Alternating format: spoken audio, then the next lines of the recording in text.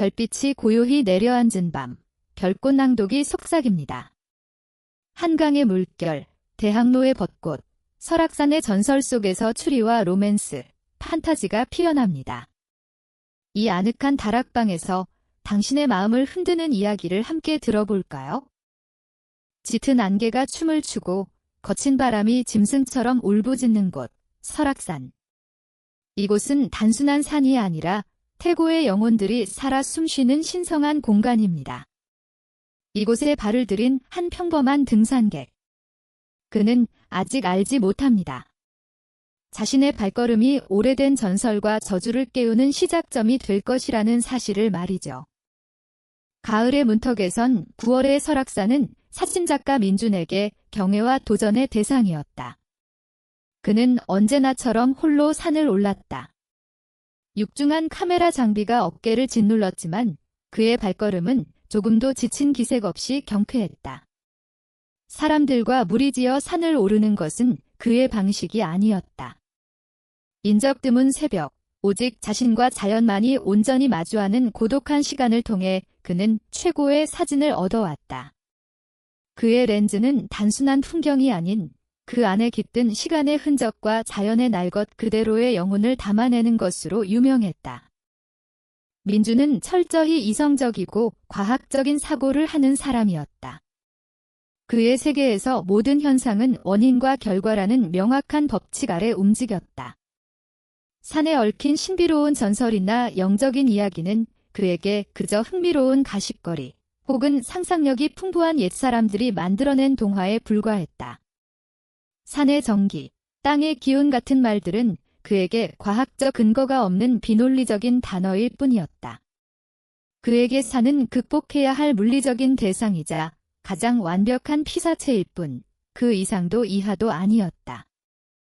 이번 산행의 목표는 울산 바위 너머로 떠오르는 장엄한 일출과 대청봉 정상에서 가을색으로 물들기 시작하는 설악의 속살을 카메라에 담는 것이었다.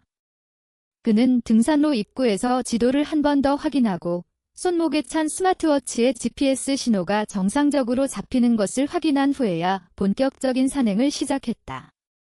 새벽 공기는 폐부 깊숙한 곳까지 시원하게 파고들었고 그의 뺨을 스치는 바람에서는 젖은 흙과 나뭇잎이 뒤섞인 상쾌한 냄새가 났다. 모든 것이 완벽한 하루의 시작처럼 보였다. 하지만 설악의 변덕스러운 날씨는 인간의 계획을 비웃기라도 하듯 예고 없이 얼굴을 바꾸었다. 산중턱에 다다랐을 때였다. 방금 전까지 쾌청했던 하늘이 순식간에 짙은 회색빛으로 물들더니 어디선가 유령처럼 안개가 몰려오기 시작했다. 처음에는 옅은 김처럼 피어오르던 안개는 불과 몇 분 만에 한 치 앞도 분간할 수 없을 정도로 짙어졌다. 마치 산 전체가 거대한 우유 속에 잠겨버린 듯했다. 민주는 잠시 걸음을 멈추고 배낭에서 나침반을 꺼내 들었다. 베테랑 등산가인 그에게 이 정도의 안개는 흔한 일이었다. 당황하지 않고 지형과 나침반에 의지하면 금방 길을 찾을 수 있을 터였다. 그런데 이상한 일이었다. 나침반의 바늘이 방향을 잡지 못하고 미친 듯이 빙글빙글 돌고 있었다. 마치 강력한 자기장 속에 들어온 것처럼. 그는 고개를 갸웃거리며 손목의 스마트워치를 확인했다. 화면에는 GPS 신호를 찾을 수 없습니다라는 메시지만이 깜박이고 있었다. 그 순간 그의 등줄기를 따라 서늘한 기운이 흘렀다. 전자기기가 동시에 오작동하는 경우는 극히 드문 일이었다.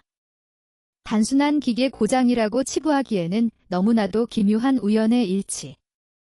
사방을 둘러보아도 보이는 것은 짙은 안개의 흐릿한 장막뿐이었고 귓가에는 자신의 거친 숨소리와 바람이 나뭇가지를 스치는 소리 외에는 아무것도 들리지 않았다. 늘 자신만만했던 그에게 처음으로 고립이라는 단어가 주는 원초적인 공포가 엄습했다. 그는 애써 침착함을 유지하려 애썼다. 우선 왔던 길을 되짚어 내려가는 것이 가장 현명한 판단이었다.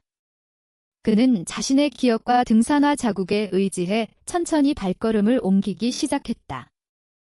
하지만 안개 속에서는 방향 감각이 무뎌지기 마련이었다. 걷고 또 걸었지만 주변의 풍경은 계속 제자리를 맴도는 것처럼 느껴졌다. 나무들의 모양도 바위의 생김새도 모두 비슷해 보였다.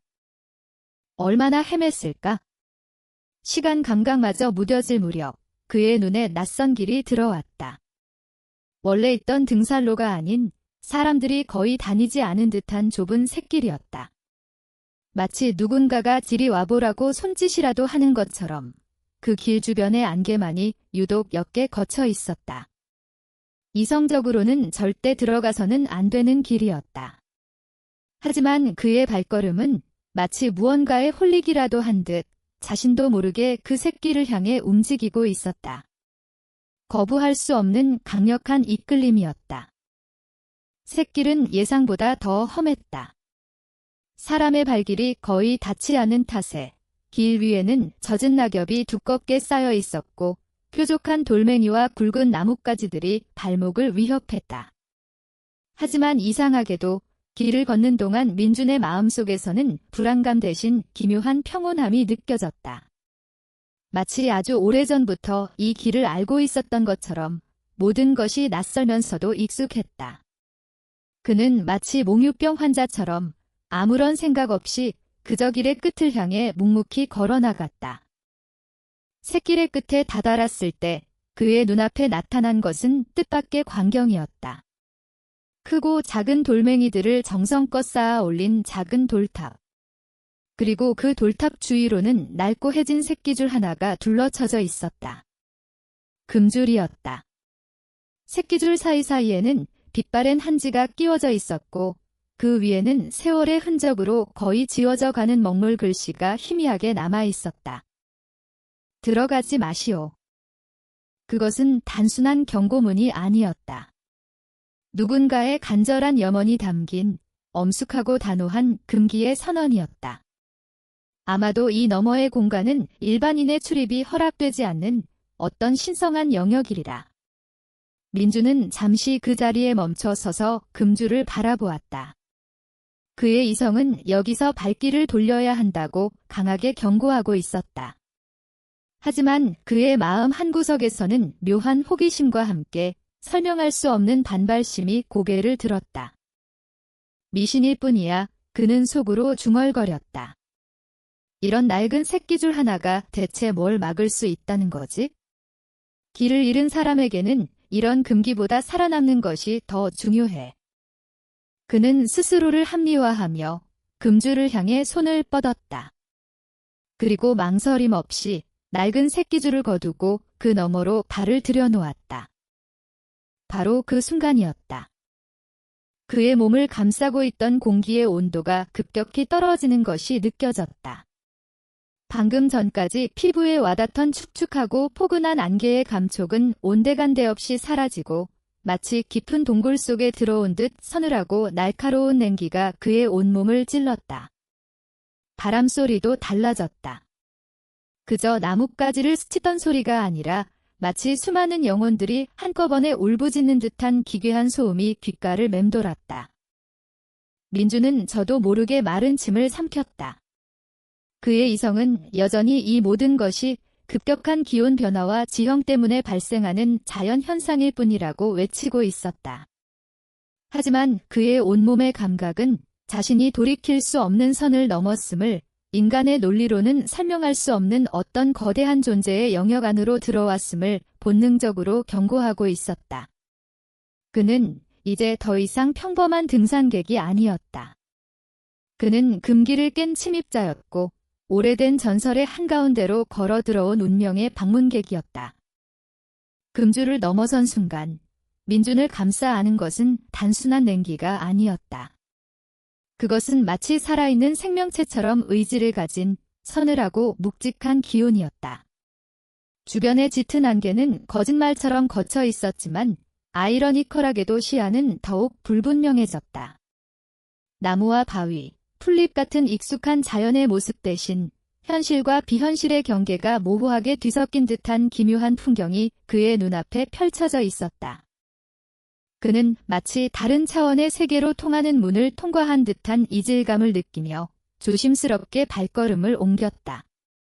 젖은 흙길을 따라 조금 더 안쪽으로 들어가자 그의 귓가에 새로운 소리가 들려오기 시작했다.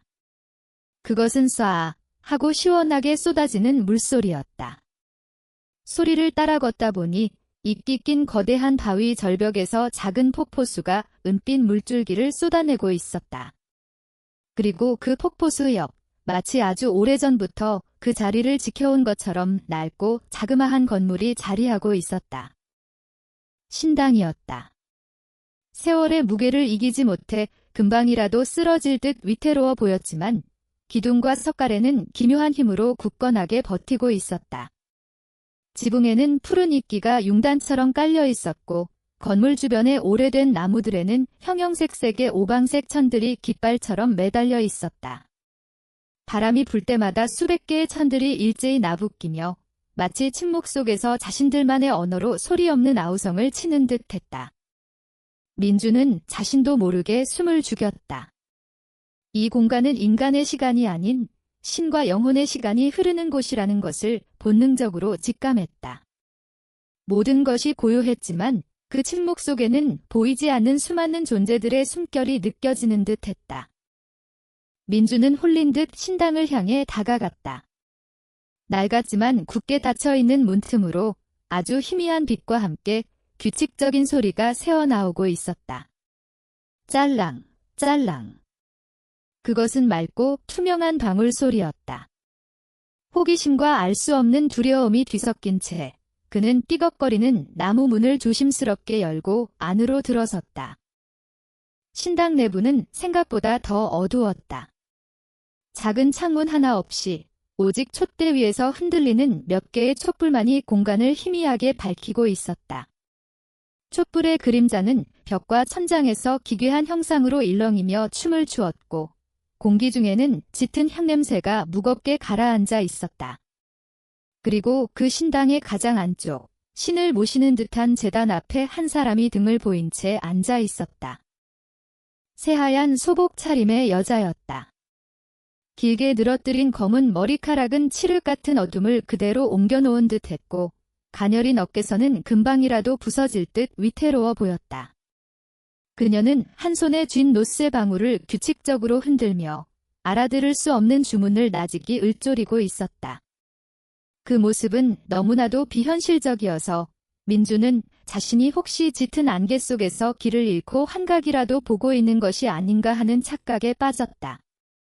이 깊은 산속, 그것도 금줄까지 쳐진 금단의 공간에 대체 누가, 왜 있는 것이란 말인가. 민주는 헛기침을 하며 자신의 존재를 알리려 했다.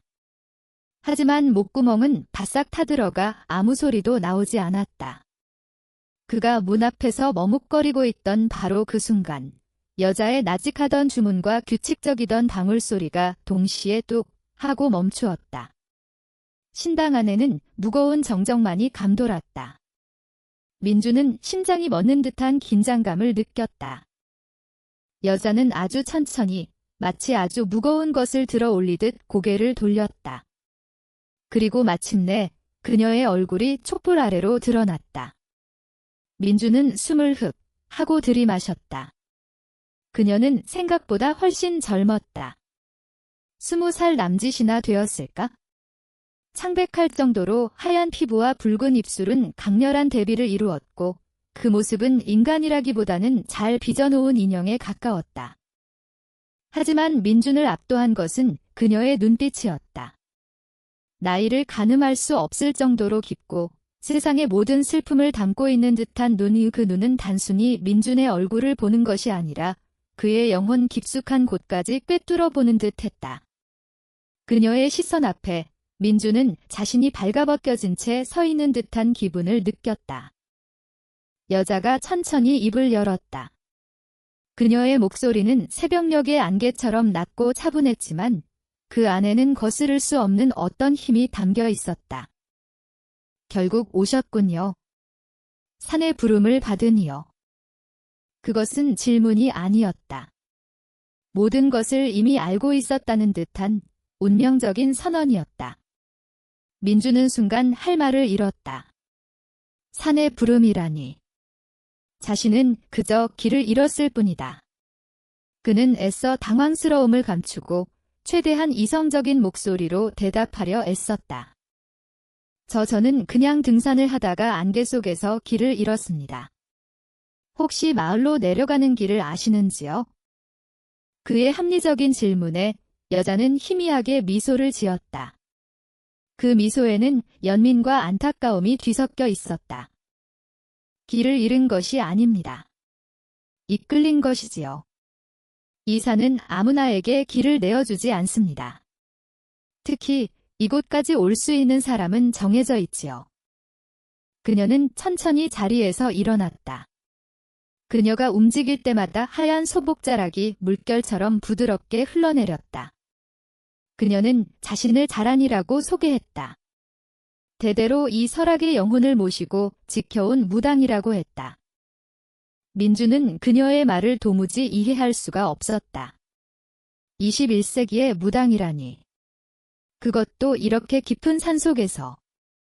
그의 이성은 이 모든 상황이 비논리적이고 터무니없다고 외치고 있었다. 어쩌면 그녀는 현실과 단절된 채 살아가는 정신이 온전치 못한 사람일지도 모른다. 그는 다시 한번 최대한 정중하지만 단호한 목소리로 길을 물었다. 아란 씨라고 하셨나요? 당신의 사정은 잘 모르겠습니다만 저는 조난을 당한 상태입니다. 날이 더 어두워지기 전에 산을 내려가야 합니다. 길을 알려주시지 않겠다면 저는 제 방식대로 길을 찾겠습니다. 그가 몸을 돌려 신당을 나가려던 순간 아란의 나직한 목소리가 그의 등 뒤에 비수처럼 꽂혔다. 당신 멋대로 들어왔으니 나가는 것 또한 당신 멋대로 할 수 있을 거라 생각하십니까? 민주는 걸음을 멈추고 그녀를 돌아보았다. 그녀의 슬픈 눈동자는 이제 경고의 빛으로 차갑게 빛나고 있었다. 이곳은 한번 발을 들이면 산의 허락 없이는 누구도 빠져나갈 수 없는 곳입니다. 당신은 이제 더 이상 평범한 등산객이 아닙니다. 당신은 이 산이 오랫동안 기다려온 운명의 일부가 되셨으니까요. 그녀의 말은 마치 저주처럼 신당 안의 무거운 공기 속으로 서서히 퍼져나갔다. 민주는 여전히 그녀의 말을 믿을 수 없었지만 심장 깊숙한 곳에서부터 피어오르는 정체 모를 불안감을 더 이상 외면할 수는 없었다. 그는 자신이 단순한 조난이 아닌 거대한 운명의 소용돌이 속으로 걸어 들어왔음을 어렴풋이 느끼기 시작했다. 아란의 마지막 말은 차가운 쇠사슬처럼 민준의 발목을 올가매는 듯 했다. 운명의 일부. 그의 이성적인 세계에서는 단 한 번도 존재해 본 적 없는 지독히도 비논리적이고 문학적인 단어였다. 그는 애써 비웃음을 지으며 돌아섰다. 이 기묘한 분위기와 젊은 무당의 알 수 없는 말에 더 이상 휘말려서는 안 된다고 그의 이성이 강하게 경고하고 있었다. 미안하지만 나는 내 운명을 그런 식의 말에 맡길 생각이 없습니다. 김민주는 최대한 냉정함을 유지하며 말했다. 길을 알려주지 않겠다면 나 혼자서라도 찾아 나서겠습니다. 그가 신당 문턱을 넘어서려던 바로 그 순간이었다. 잠깐만요. 아란의 목소리가 그의 등 뒤를 붙잡았다. 그 목소리에는 아까와는 다른 다급함과 함께 묘한 긴장감이 실려 있었다. 민준이 의아한 표정으로 그녀를 돌아보자 아란의 시선은 그의 얼굴이 아닌 그의 왼쪽 손목에 머물러 있었다. 그 손목 좀 보여주시겠습니까? 민주는 저도 모르게 자신의 손목을 내려다보았다. 그의 손목 안쪽에는 손가락 한마디 길이의 희미한 흉터가 남아 있었다. 아주 어릴 적 뾰족한 나뭇가지에 긁혀 생긴 상처였다. 오랜 세월이 지나 거의 알아볼 수 없을 정도로 옅어진 그 자신조차 가끔은 잊고 지내는 흔적일 뿐이었다. 이 흉터 말입니까? 민준이 어이없다는 듯 물었다. 어릴 때 생긴 상처입니다. 이게 뭐라도 된단 말입니까? 하지만 아란의 표정은 심상치 않았다. 그녀는 자리에서 일어나 민준에게 천천히 다가왔다. 촛불 아래 드러난 그녀의 얼굴은 창백하게 질려 있었고 깊이를 알 수 없던 그녀의 눈동자는 경악과 두려움으로 세차게 흔들리고 있었다. 그녀는 마치 신성한 물건이라도 다루듯 떨리는 손길로 그의 손목을 조심스럽게 들어 올렸다. 그녀의 차가운 손가락이 흉터 주변의 피부에 닿자 민주는 저도 모르게 움찔했다. 역시 맞았군요. 아란이 거의 속삭이듯 중얼거렸다. 그녀의 목소리는 절망에 가까웠다.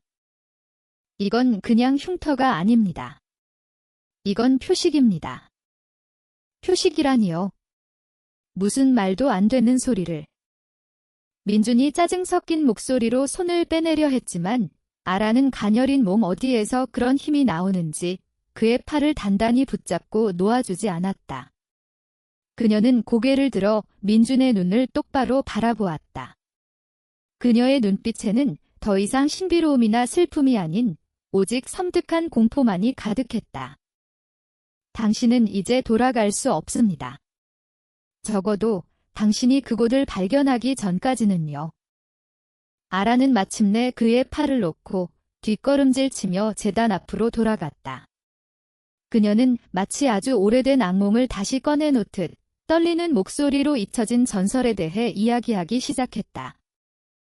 아주 오래전 이 설악산 깊은 곳에는 한울이라는 작은 마을이 있었습니다. 그 마을 사람들은 산의 정기를 받아 풍요롭게 살았고 산의 신령들을 극진히 모셨지요. 특히 그들은 은빛 털을 가진 거대한 늑대를 산의 수호신처럼 여기며 신성시했습니다.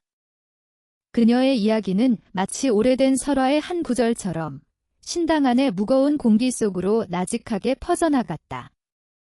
하지만 인간의 욕심은 끝이 없는 법. 어느 날 마을 사람들은 더 큰 풍요를 바라게 되었습니다. 그들은 산의 경고를 무시하고 금지된 구역의 나무들을 베고 땅을 파헤치기 시작했습니다. 분노한 산의 신은 수호신이었던 은빛 늑대를 통해 그들에게 저주를 내렸습니다.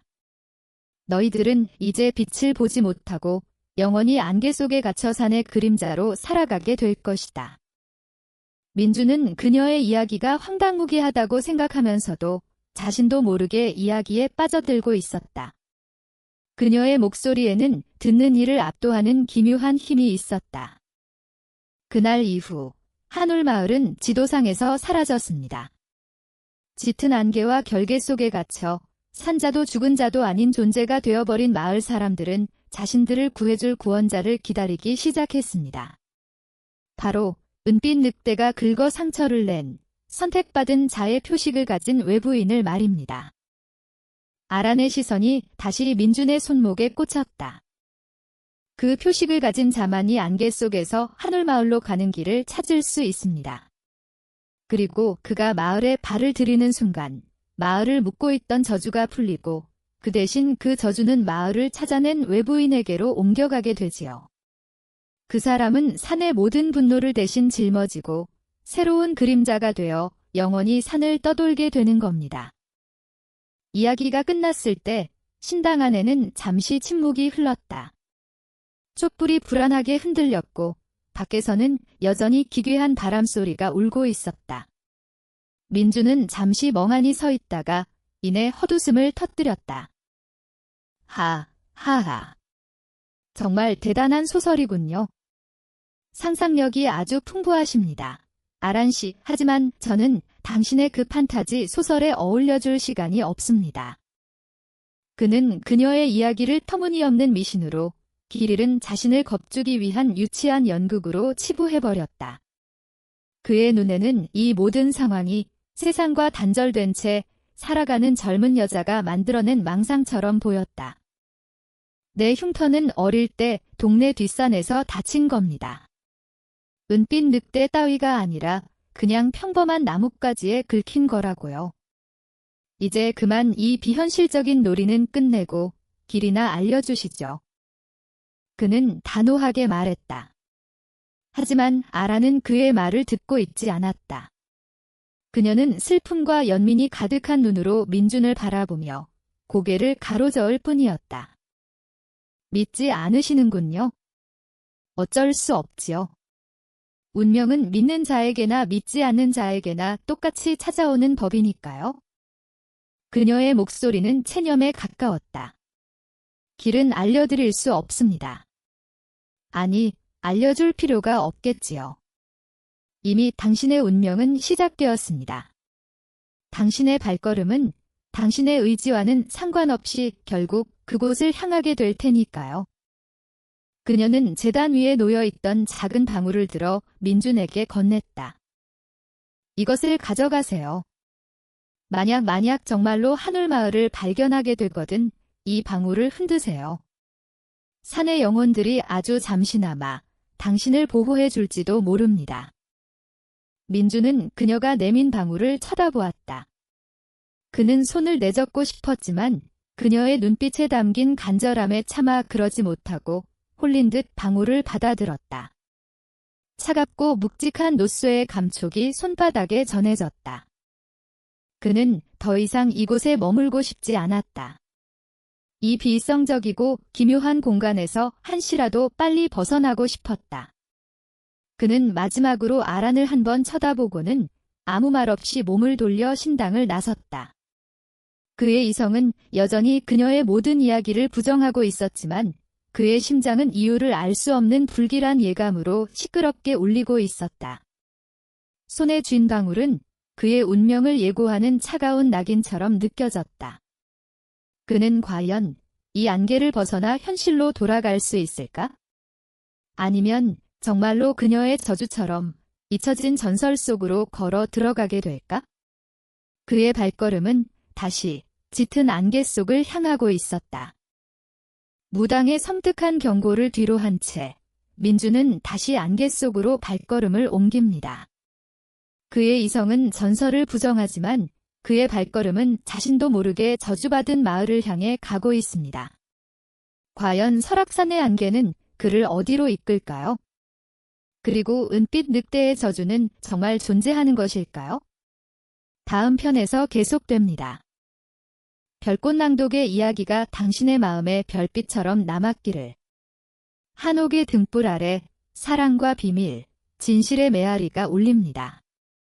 구독과 좋아요로 다음 여정을 함께해요. 별꽃낭독이 당신의 밤을 수놓겠습니다.